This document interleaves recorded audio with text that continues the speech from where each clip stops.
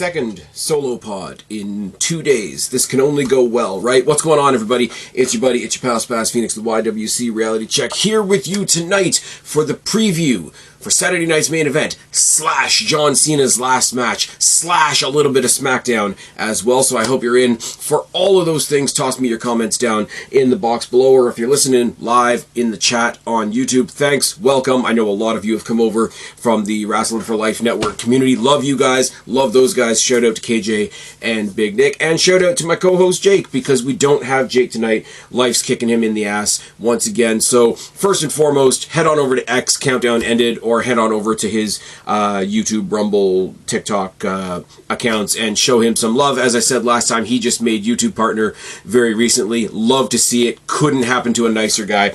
Go show all your love to Jake as well. And if I can pause from all that, from all the thanks, from all the acknowledgements, and from all the celebrations for my buddy there, and plug myself for a second, pause, go back one video, and Fix is kind of a thing that happens sometimes, it doesn't happen sometimes. I did see the trailer for the movie Cold Storage, which looks like a ridiculous amount of fun. So if you want to see my trailer reaction for the trailer for the movie Cold Storage, that is the immediate previous pod to this one, and if you're listening live, it'll be there eventually. Please hang out with me for a little bit.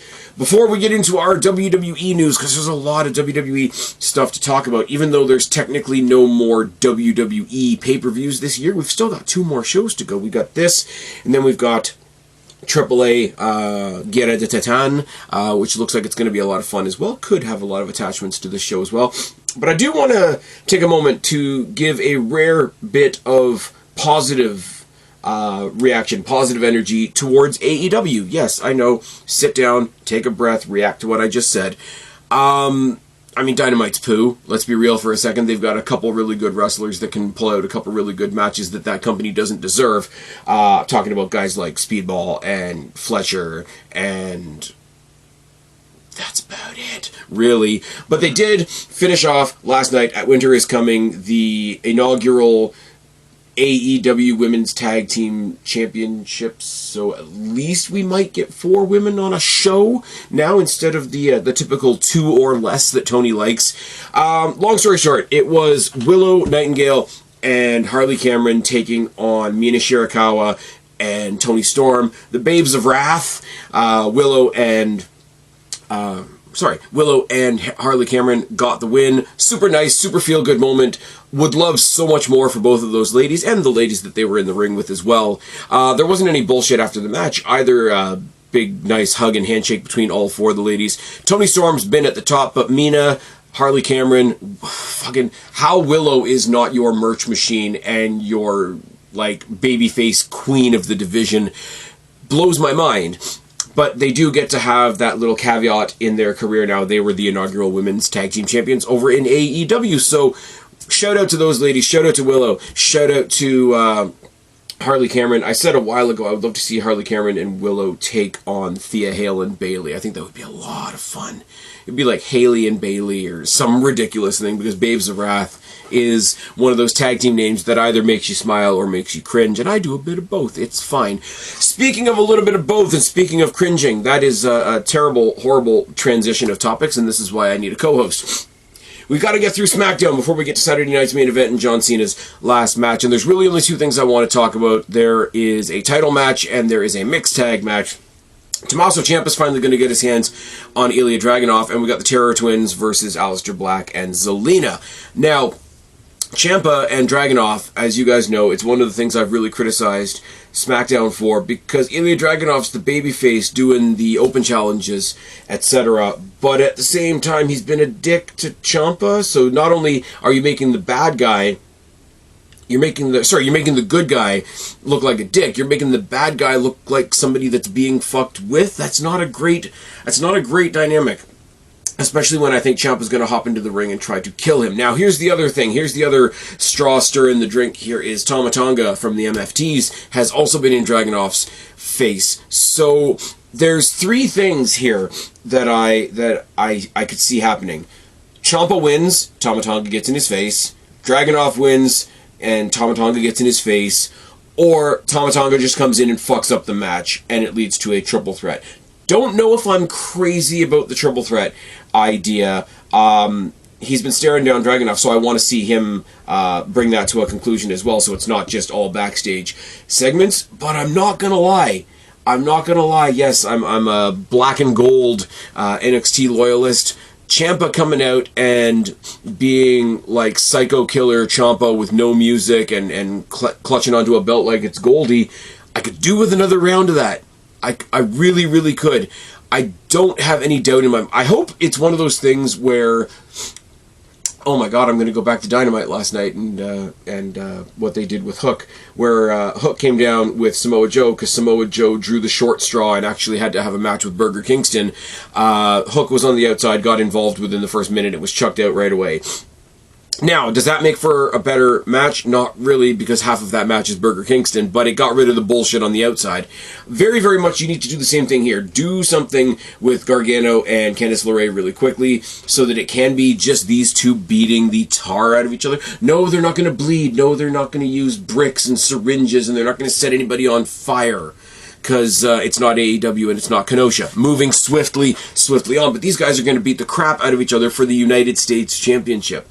Some of it's been hit and miss, but WWE has really tried with their 4 mid-card championships. They're starting now to hype up things like the women's tag division. Usos being back in the men's tag team title picture on Raw is going to boost that division as well. The world titles are what they are, and that I'm not saying that in any kind of dismissive manner, but the open challenge that was Sami Zayn paying tribute to John Cena and now Dragunov taking the torch and running with it. All of it's been good. All of it's been like one guaranteed banger match per SmackDown, which has been great. Great credit to Dragunov. Great credit to Sami Zayn before him. Dragunov being a dick to Ciampa kind of put a fly in the works as far as the dynamic of everything, but it didn't mean that the matches weren't great. And it was a great way to bring Dragunov back after being gone for so long as well. What do I want to see here?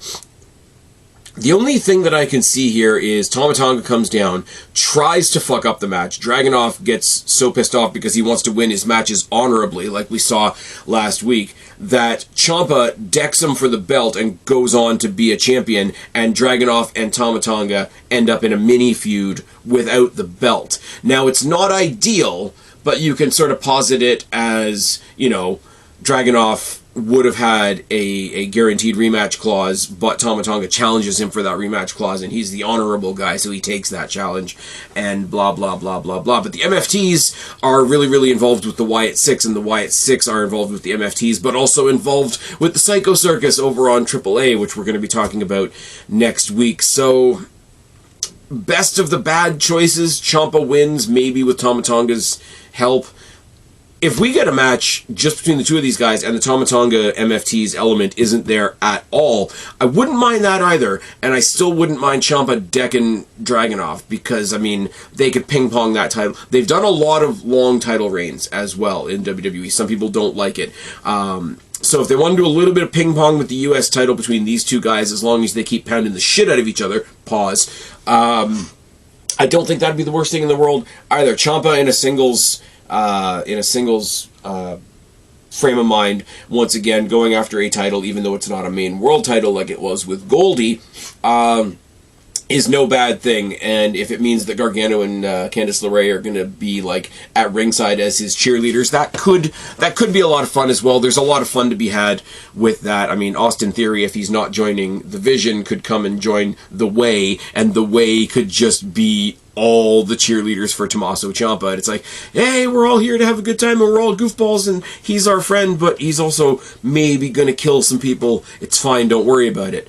The safe way to go is that Ciampa finally gets what he wants and loses, and Dragunov then goes and stares down the MFTs 5-on-1, which is... Or maybe Dragunov becomes the 5th guy in the MFTs versus Wyatt Six, because we know that Nikki Cross isn't going to be in that match. There's a lot of things that could come out of this. I'm not sure what I want, as you can probably tell by the rambling. Second one is the Terror Twins versus Aleister Black and Zelina Vega.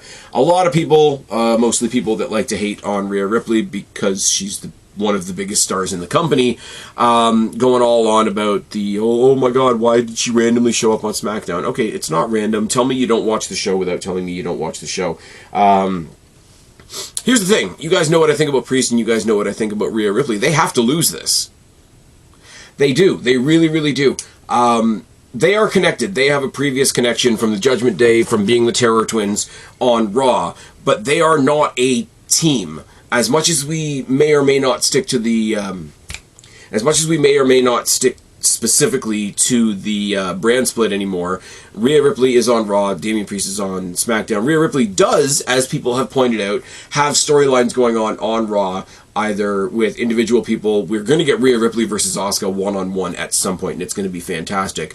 But even more so, she's involved in that big schmoz of all the women's tag teams that seem to have come out of nowhere. So she's got a path forward on Raw. This is going to be a one-off. But Black and Vega are the act, and they're still falling under the shadow of accusation of, oh, they got rid of Cross and Scarlett and then just did Cross and Scarlett with Black and Vega. And it's like, we've had couples before. I like Cross and Scarlett, don't get me wrong. I'm happy for any and all success that they are having in or outside of WWE, because I think they bloody well deserve it, and I think they're underrated in a lot of ways. But I don't think the current push of Black and Vega is one of those, like, oh, they stole it from Cross and Scarlett. Because, yes, they're both dark characters, and their entrances are vaguely similar. That's it. Realistically speaking. But they are the established act. They are the act that was established with the burning of Damian Priest's face, which I think we're supposed to believe is still not 100%. The other side of the coin, too, as well, and people like to toss Damian Priest sort of under the radar a little bit because his title reign wasn't all it was cracked up to be, and all as much as I wanted it to be, because I really like the guy. But if the story is that they just come in, Terror Twins win, LOL. There's a little bit of an element here, and it's not a guy-girl thing. It's, oh, Damian Priest got himself in a bit of trouble, and Rhea Ripley had to swoop in and save the day. And that's not ideal, because the booking would be condescending to Damian Priest, but it would also look like Rhea Ripley herself was being condescending to Damian Priest. Now, I said it before and I'll say it again, when we get the visual, because WWE doesn't do proper intergender wrestling, the guys are going to wrestle the guys, the girls are going to wrestle the girls, that's fine. That's the one point that I will always give to TNA, because AEW and WWE should do it, and they don't. But the visual of Zelina Vega trying to stare down Rhea Ripley is going to be hilarious and terrifying. Rhea Ripley, by virtue of the fact that she's one of the most jacked women on the roster, is used to facing people smaller than her. And Zelina Vega, in her own right, is amazing with people significantly larger than her. So the dynamic, after it's done being funny, the dynamic should be really good. What I'm thinking, though, is for the people that aren't exactly behind Damian Priest, more of the world is behind Rhea Ripley. So if something happens to Rhea Ripley in this match, and the new thing driving this feud forward is Damian Priest's vengeance for his injured or hurt or wrong done by friend who happens to be a Rhea Ripley, who happens to be one of the biggest stars and one of the most popular stars in the company. Listen to any roar when she walks into any arena. You know, the people that are actually paying money to be there. I said it. Okay, I'm gonna do the gimmick again. I said it in NXT UK. I said it in the Mae Young Classic. I said it in NXT. I've said it on Raw. I've said it on SmackDown, and I will say it the next time she main events WrestleMania. Rhea Ripley, fucking star. People follow stars, and if a star gets hurt, the person defending them will get a little bit of that. I don't think Damian Priest needs it. Some people do. This could be it. It's just too tidy if Rhea Ripley shows up and they win and that's the end of the story, because it will feel cut short. It will be very, okay, where do we all go now? Rhea Ripley will probably get jumped by one of the tag teams in the back. It's fine, don't worry about it. Probably Nia Jackson, Lash Legend. WWE rumored to be incredibly high on Lash Legend, and good for them. I really think that neither one of them is spectacular, and I say that in the kindest way I possibly can, but the pairing of Nia Jax and Lash Legend is going to surprise us. I think it's more brilliant than it's initially getting credit for, but that remains to be seen. Rhea Ripley and Io Sky back on Raw are going to get themselves back in the women's tag team title picture, and I think they're going to get them eventually off the Kabuki Warriors, which is then going to lead to our Rhea Ripley versus Asuka one-on-one feud. All of it's good. All of it is very, I think I know what I want, but I'm not quite sure. Imagine, I go back to the Babes of Wrath from AEW, and imagine them taking on Io Sky and Rhea Ripley. Rhea Ripley versus Willow Nightingale would be really, really, really fun. I'm just saying it. I'm just putting it out there. But that's it. I don't know what else is on the card. I'm sure there's other things on the card. I'm sure Miz is going to do something because Miz is my boy. Carmelo Hayes is apparently supposed to be getting a really big push soon. There are the rumors of not only reuniting him with Trick Williams, but reuniting him with Trick Williams and adding Kalani Jordan to the mix so that they can be a trio act on SmackDown. I think that's fucking fantastic. I'm not going to lie to you at all. I think that's fucking fantastic. Because if they're the baby faces, if you can get Trick Mello Gang and Kalani Jordan versus Gargano, Ciampa, and Candice LeRae, there's a lot of fun to be had there. Just think about it. Just think about it. So I'm 16 minutes in now, and I haven't even touched on the... I guess I'm going to call it a pay-per-view now, because it's not on NBC anymore. It's on Peacock for my friends down in the States, and I don't know if it's true, but I'm hearing the rumors that internationally they've pulled it from YouTube and they're actually going to give it to us on Netflix like we get everything else. So the rumor is everything's going to get the time that it deserves. There's nothing going to be cut short. There's nothing going to be constrained in that way. The unfortunate thing is I'm going to have to shut off Twitter. I mean, that's not unfortunate at all. Twitter is a cesspool most of the time, and most of the time it's just people that want to hop on there and tell me that I'm whateverist. But it is the holiday season after all. I am doing massive amounts of family stuff this weekend that's going to be a lot of fun and a welcome break from the wrestling. So I will be watching this. I will be watching it later than most of you probably, which means I'm not sure what Jake is doing. Please check out Jake. Please check out our friends over at the Wrestling for Life Network as well. KJ, Big Nick, possibly Ringsider Anthony, maybe Geekbox. I'm not sure. That's their channel. Follow them on Saturday for all their live and right after content, and I will be up here sometime Sunday to talk about whatever happens that's big. I'm not going to lie, don't know where I'm going to fit that in as well, because I'm also going to be there for the season finale of Welcome to Derry Season 1. Welcome to Derry Season 1 is really fucked up, and I like it. If that should be a surprise to absolutely nobody. I'm going to do this in kind of a reverse order to what most people, I think, want it to be, because the rumors are that John Cena versus Gunther will not main event the show. In fact, it will open the show. I like that, and the more I think about it, the more I like it, because the idea is, or the story is, that John Cena was asked what he wanted his last show to be, and he went and said, well, you know, go back to when I came out and slapped Kurt Angle and whatever and said ruthless aggression, and we all went from there. I want a whole show like that. I want people from the main roster versus people from NXT, and in one case, TNA.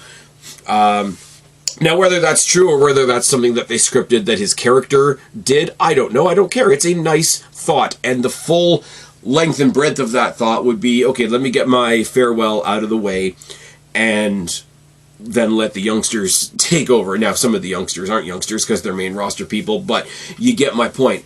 There's a whole lot of elements about the John Cena-Gunther match that people want to be more than they are. I think I've got a talking point. I think I've got a headline for my podcast. I think I've got a headline for my next video. I've got a really controversial view. And it's not that I don't care about the match. Here, let me be clear. But my theme throughout all this and everybody's arguments and whatnot, my theme when I'm reacting to most people is I don't care.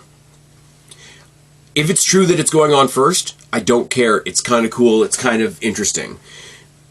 If Gunther wins, I don't care. Like, it'll be a really cool thing for him.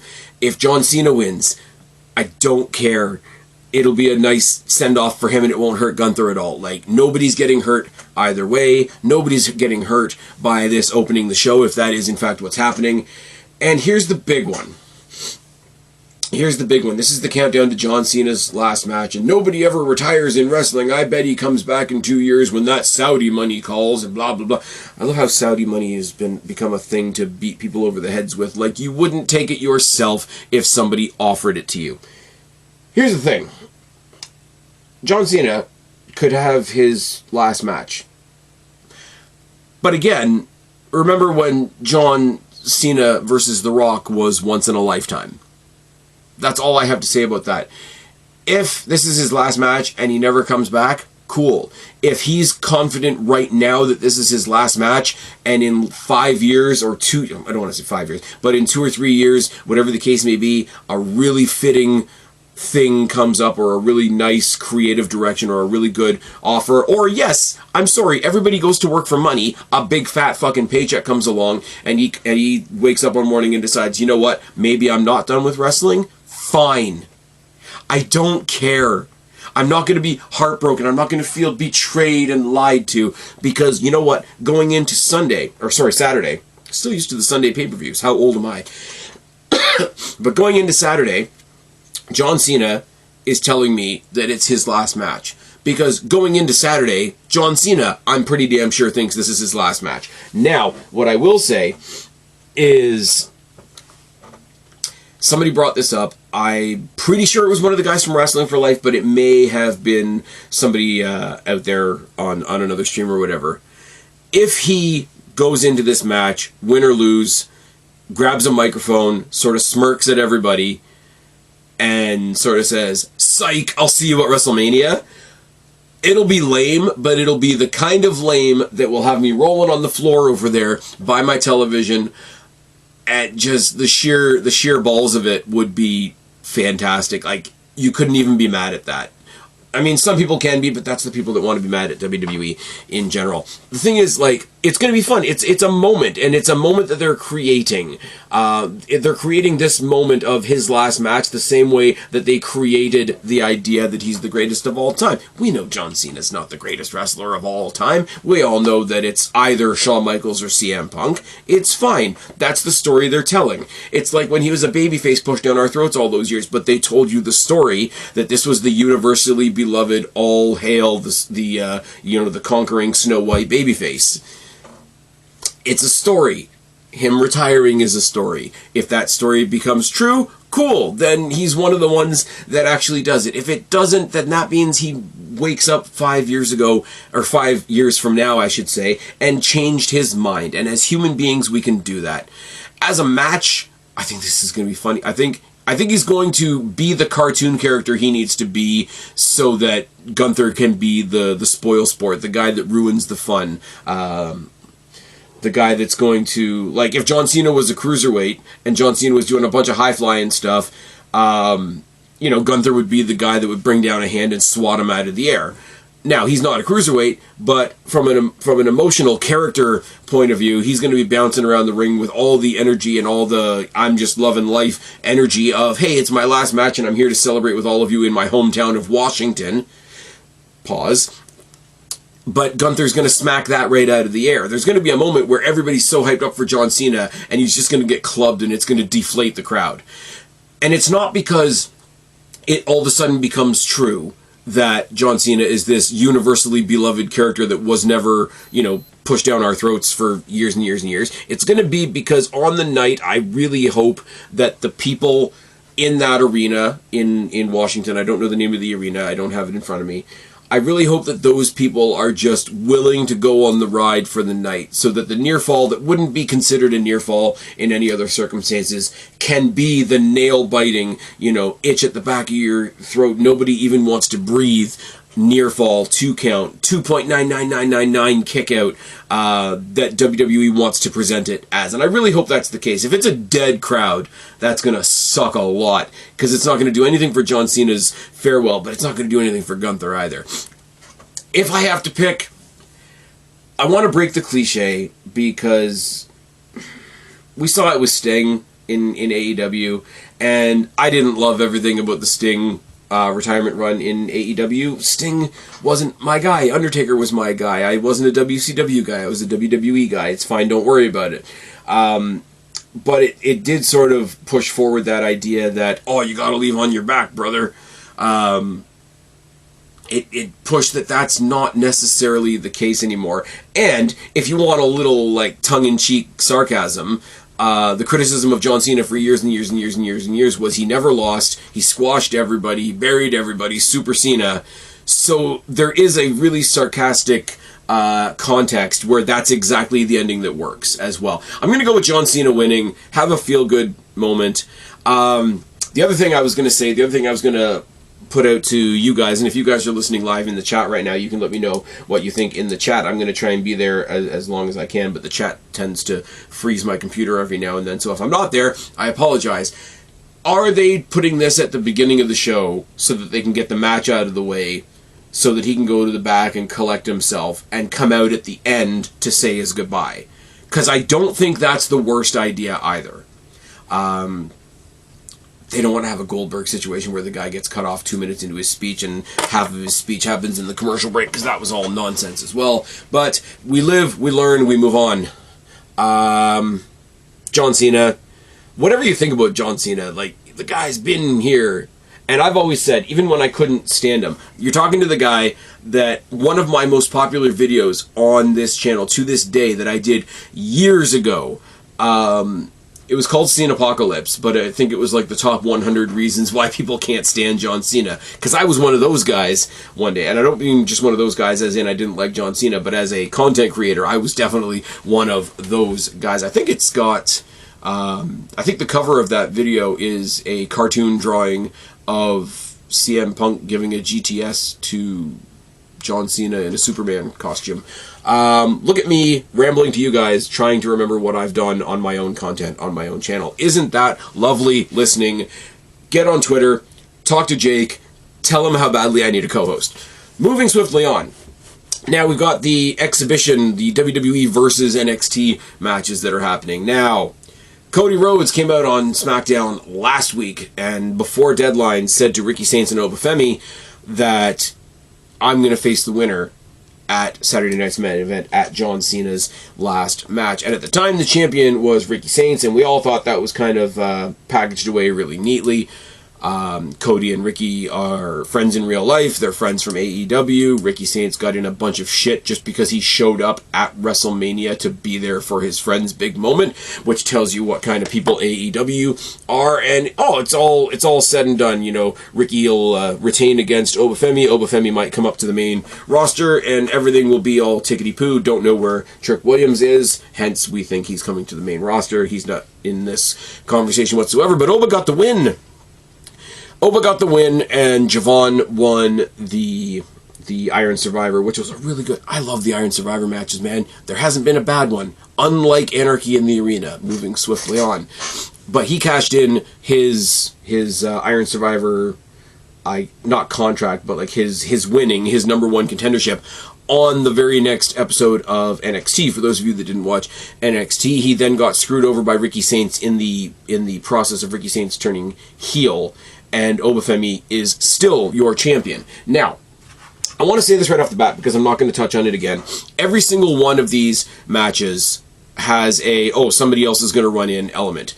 Cody and Oba both have rivals. Bayley and Sol Ruka, when we get there, both have rivals. AJ Styles and Dragon Lee. I didn't want to do the AJ Lee thing. Javon, Leon, Leon has rivals in two different companies. It's fine, don't worry about it. But I'm going to put all those to the side. Cody and Obafemi, they could do something because Cody Rhodes has this feud going on with Drew McIntyre, and Drew McIntyre's been doing terrible things to him, and Cody Rhodes attacked Drew last week. If Drew attacks Cody this week, you could very easily lead to what we did with Kevin Owens and John Cena back in the day when Kevin Owens was the NXT champion, getting a win over the big guy. You could have Oba win here. It's not going to hurt Cody at all. Like, at all. Obafemi is a monster. He's getting so much better on the microphone, and like, he's already a scary guy. Now he's a cocky, scary guy. we talk about all the time, you know, people, especially like Tony D, who just came back to NXT, we always have this conversation in the NXT circles of who's going to translate really well on the main roster. I'm sorry, you only have to see Obafemi once. And you only have to see him kill somebody once. And it's fine. Obafemi coming in and killing a Cody Rhodes that's either injured tomorrow night on SmackDown or that's just distracted by the other things in his mind, the weight of being WWE champion. Obafemi can get in there and just murder him. It would be fun. The Ricky Saints thing, if Ricky Saints had retained and he was still the babyface and they went in there and they had a friendly on Saturday, that would have also been really fun. Because it's another example of the Tony Fumble Rumble coming in true effect right in front of our faces. But you can always do that at a later date, and I think maybe Ricky Saints comes up sooner than later and maybe comes knocking on his friend's door looking for another title. That is something in the future for sure. But I'm going to go out on a limb here, because we got to kind of balance the scales a little bit. I'm pretty damn sure we're going to get a surprise Oba victory. And if by chance John Cena is the opening match, and if by chance Gunther beats Cena, and that is a thing, that's a really good rub for Gunther, but it does have the potential to deflate the crowd. Obafemi coming in and getting a shock victory over Cody Rhodes would wake people up, I think. Bayley versus Sol Ruca on its surface would be just two babyfaces that people like going at it for the competition of it. It was kind of weird that the lady from Raw and the lady from NXT had their match announced on SmackDown by the SmackDown GM, but it is what it is. I'm wondering, because Sol Ruca asked Zarya to be in her corner for this very important match, and Zarya and Sol Ruca have this tenuous, are we friends, are we not friends type of thing going on. I'm wondering, does Lyra be in Bayley's corner? Because the partnership of Lyra and Bayley is also kind of tenuous, because Lyra's got to keep in mind that Bayley's kind of crazy. I think you potentially run a story where neither person is really going to benefit from the person in their corner. I hope it doesn't just turn into Lyra and Zarya brawling on the outside and totally distracting from the match, because Bayley and Sol Ruca are both fantastic at what they do. Sol Ruca is going to go into this teasing the knee injury that she sustained at Deadline, where she was taken out and chop blocked and then came back in, and I'll admit it, didn't sell a whole lot for the match once she got back into it. We can sell that on adrenaline. It is what it is. Bayley versus Sol Ruca. I'm going with Bayley. I think Sol Ruca, you're telling a longer term story there where she doesn't want to admit that she's hurt. She doesn't want to admit how hurt she is, and it keeps coming back to bite her. I don't think Bayley does anything bad to her. I don't think this is like Sol Ruca goes in injured, so Bayley's like a dick. But I do think she's gonna pick up on that, because in this match you have to tell the story that Bayley's the veteran, and that still means something. And especially if we're gonna get that flash win by Oba on Cody Rhodes, you do have to reset the table. These are really, really high caliber developmental talents, but they are coming from the developmental brand, and our main brand is still a thing. And Bayley, specifically in NXT circles, Bayley holds such a high spot in so many people's minds. I mean, her and Charlotte and Becky Lynch, the three horsewomen, were absolutely fantastic in NXT, and they brought that fantasticness all the way to the main roster. Now, with all due respect to Cena, with all due respect to Gunther, with all due respect to Cody Rhodes and Obafemi, with all due respect to Bayley and Sol Ruca and anybody else that may be involved in that match, by and large, by a fair distance, the most interesting match on this card is AJ Styles and Dragon Lee, the current Raw Tag Team Champions, World Tag Team Champions, taking on the NXT/TNA team of Javon Evans and Leon Slater. Now, Javon Evans and Leon Slater are fantastic. They fought at Bound for Glory, even though the match was fucked up by Darkseid at the end. Don't worry about it. They've been working as a tag team for a bit. It's fantastic. They were both in the Iron Survivor. They got the first 5 minutes of that match to show what they could do as well. AJ Styles and Dragon Lee. AJ Styles is retiring at the end of next year or by the following WrestleMania or whatever. Dragon Lee as AJ Styles' partner. It's weird, but the thing we have to fall back on is it's not as weird as AJ Styles and Omos, because that was a whole other thing altogether. Now, a couple of different elements that we have to sort of sift through here. Leon Slater is a TNA talent. Leon Slater is the current TNA X Division champion. He's only the fourth person to walk onto... I'm going to call this a pay-per-view. I know it's Saturday night's main event, but I'm going to call it a pay-per-view for the purposes of the point that I was about to make. He's only the fourth person in WWE history to walk on the stage as a recognized TNA champion and compete on a WWE pay-per-view. Joe Hendry did it against Randy Orton. Mickie James did it at the Rumble as the Impact Knockouts champion. Jordan Grace did it as the TNA Knockouts champion, and now he's doing it as the TNA X Division champion. That in and of itself is a pretty big thing, but stars in TNA, they go out and they perform elsewhere as well. Now, WWE stars are doing that more now as well. We know about the stuff with Bloodsport. We know about the stuff with Noah. They obviously are doing stuff with TNA because there's a partnership there. AAA is a little bit different because WWE acquired AAA. But it's a lot more common than it used to be for WWE stars to get out there as well. Where the conspiracy comes in is that apparently, before this match was announced, Leon Slater was initially scheduled to perform in the UK at, and I don't know anything about these feds, so don't get me wrong, I'm saying right up front that I'm not familiar. He was supposed to perform for Rev Pro, and he was supposed to perform for WXW. If I've got that wrong, again, please correct me in the chat, please correct me in the comment section down below. And apparently both of these are smaller feds that do have sort of unofficial friendly ties with AEW. So the conspiracy theories start coming out that WWE yoinked him from these feds at the last minute because they are tied to AEW. I don't think that's a thing.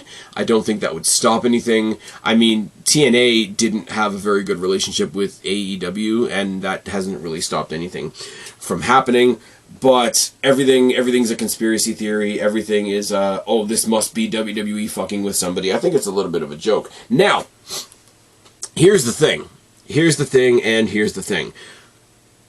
I get WXW and their fans being bummed that they don't get to see Leon Slater. How fucking amazing is Leon Slater? I get Rev Pro fans that bought a ticket to Rev Pro to see him being disappointed. But there's another element to it that people aren't thinking of. I'm going to Destiny in February for Carnage. It's their 11th anniversary show. Right now, what's shaping up to be the main event is the Rascals from TNA are coming to Destiny. Check it off your Spaz Phoenix bucket list. It's fine. And they're going to fight for the Destiny Tag Team Champion. Now, you got to keep in mind as well that Trey Miguel, the first time I saw Trey Miguel wasn't in TNA. First time I saw Trey Miguel was when he came to Destiny and won the title that was then known as the Destiny Next Generation Championship. So it's going to be a very, very cool thing for me, and I'm very, very much looking forward to seeing the Rascals live at the Superkick studio in Toronto, because they're not doing it at the Don Koloff, interestingly enough. All this to say that I'm very, very much looking forward to seeing the Rascals, but if the Rascals have to ditch that show because they've been invited to Elimination Chamber to fight for the WWE Tag Team Championships instead, I'll be bummed. The crowd will be bummed. A, Destiny is really, really good at finding awesome subs at the last minute, but B, how can you blame them? And how can you blame Leon Slater? No offense, as I say, indie companies doing the indie thing, fantastic, all over the world. We need it. We need places to pull these talents from. But I'm sorry, it's not, oh my god, WWE pulled them. It's, here's a guy that has a career who's pretty set in TNA. TNA is working with WWE. That's given him a kick in the front door to some opportunities in WWE. And you've got an opportunity to not only compete with other people in the WWE, you've got a chance to compete at an event because it is once in a lifetime type event. It's so and so's last match. It's not just any given Saturday night's main event. It is based around the retirement of John Cena, as fake or real as it may be, but it's a very, very unique event, and you get to go in there with class superstars like Dragon Lee and AJ Styles, with a tag team partner like Javon Evans. Javon and Leon have both gone on record to say like they got into wrestling because of guys like AJ Styles. We had the amazing moment between Leon Slater and AJ Styles at Bound for Glory when Leon Slater won the X Division championship from Moose, and AJ Styles came out afterwards to give him his props and raise his hand, tell him he's the future of the company, all that kind of thing. I'm not saying that these other companies and their fan bases don't have a reason to be upset. I am saying, what would you do in Leon Slater's shoes? What would you do in Leon Slater's situation? And I am saying that every wrestling company, whether you've got 100 people in the building or 100,000 people in the building, have that little rider at the bottom of the ticket, at the bottom of the listing, at the bottom of the poster, at the bottom of the Ticketmaster description or whatever, that says those 4 magic words that sustain wrestling, that have always sustained wrestling and always will sustain wrestling: card subject to change. It's not a massive conspiracy theory.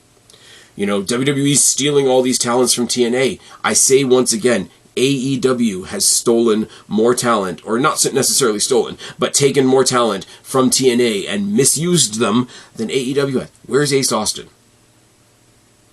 Where's Deonna Purrazzo? Where's Taya Valkyrie? What the fuck is Josh Alexander doing in the Don Callis family? Speedball had a great match on Dynamite, but what's his story? You know what I mean? It is what it is, and the conspiracy theories are wild. I'm sure the really, really cool thing would be for WWE to send somebody back over to the UK.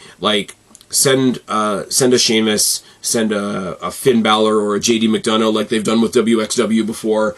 Have Wade Barrett be a special referee or something like that. Give them something back because of what's been taken. Acknowledge it. Don't ignore it. Acknowledge it. But it's not a conspiracy. More than one wrestling show happens in a day. Look at some of the weekends. Look at some of the loaded weekends we've had this weekend. It's not that deep. My other thing with all this, with Leon and AJ, I do want this to lead to Leon Slater versus AJ Styles, either on the TNA Thursday Night Impact debut on AMC or at Genesis. I think there's a way to use that both ways. I think it has to happen at some point. I think it should happen. I think they laid the seeds for it at Bound for Glory. I think the fact that this match has been put together like this, it's non-title, so there's no tag team titles on the line. But I think the fact that these guys have come back together, they've been face-to-face on TNA TV, they've now been face-to-face on what might as well be a WWE PLE, something's gonna happen there between the two of them, and it should. And AJ Styles, whether it's Leon Slater or not, should have one more TNA match before he hangs it up. And if he gets to do it in front of a big audience on AMC or at Genesis, then awesome. Really looking forward to Thursday Night Impact once it hits AMC in the new year under their new TV deal and all that type of thing. Now, that's all talking about Leon Slater. The other side of that coin, and this is where my creative gears start working. Why would they put Javon Evans in such a prominent match after pulling the rug out from under him on NXT? I have a theory. That they want to do something that old Papa H did a long time ago.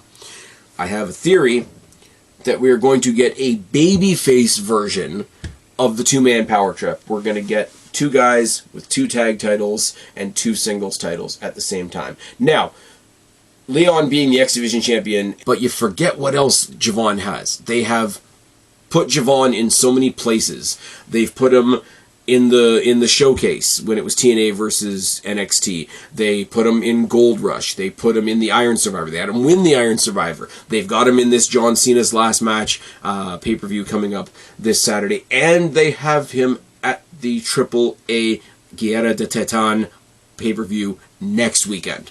And what's he doing?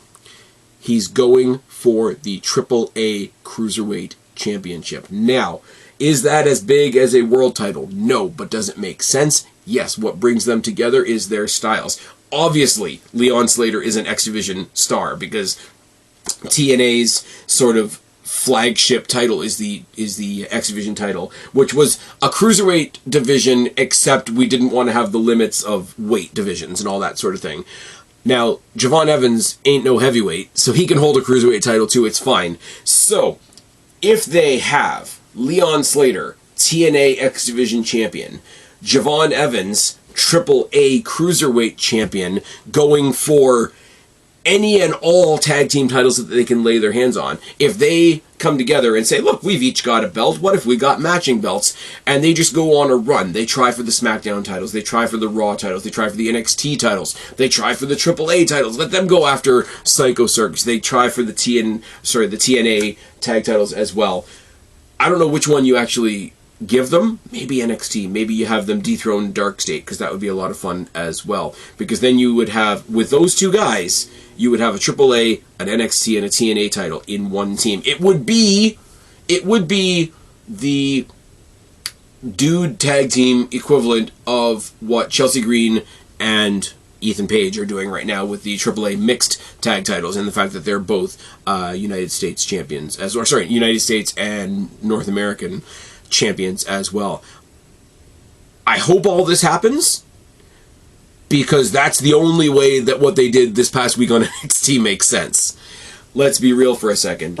If they don't, and they don't, and they don't, and they keep running these two as a tag team where only one of them has a belt, and Leon Slater kind of ends up looking like the leader of the team when really it's a team of two guys that get along insanely well together, have really, really awesome chemistry, and have that we're really just happy to be here vibe going in the best way possible. You got to balance out the act a little bit. I do think that in order to put them in contention for any tag team championships, however, they do have to beat AJ Styles and Dragon Lee, which does a couple of things. They've beat a set of tag team champions, which should get them a tag team title match somewhere. Give Leon the pinfall over AJ Styles so that you can then justify the match between him and AJ at either Genesis or the AMC debut. Everybody wins. Dragon Lee is fine, and AJ Styles. Stop doing the AJ Lee thing. It's Dragon Style. They're fine. They're still going to be the Raw World Tag Team Champions because the titles aren't on the line, the same as Cody and Oba's titles are obviously not on the line. I don't think a loss hurts them. I think a loss opens up a lot of doors for a lot of really, really cool things to happen. And it makes this match in particular, just with the different composition, the different combination of elements in this match, it makes it the most interesting match that I can think of in a long time as far as looking past the match itself. And totally outside of that, it is one of those times, and, I can be a sentimental person at times. I can also point a finger of judgment at WWE because WWE has fucked up a lot of shit in the past. They have missed opportunities in the past. They have missed whole superstars in the past. So I just want to take a minute and share a more generic thought with you. There is a time where this match doesn't happen. There is a time where none of these names are on my notepad right now.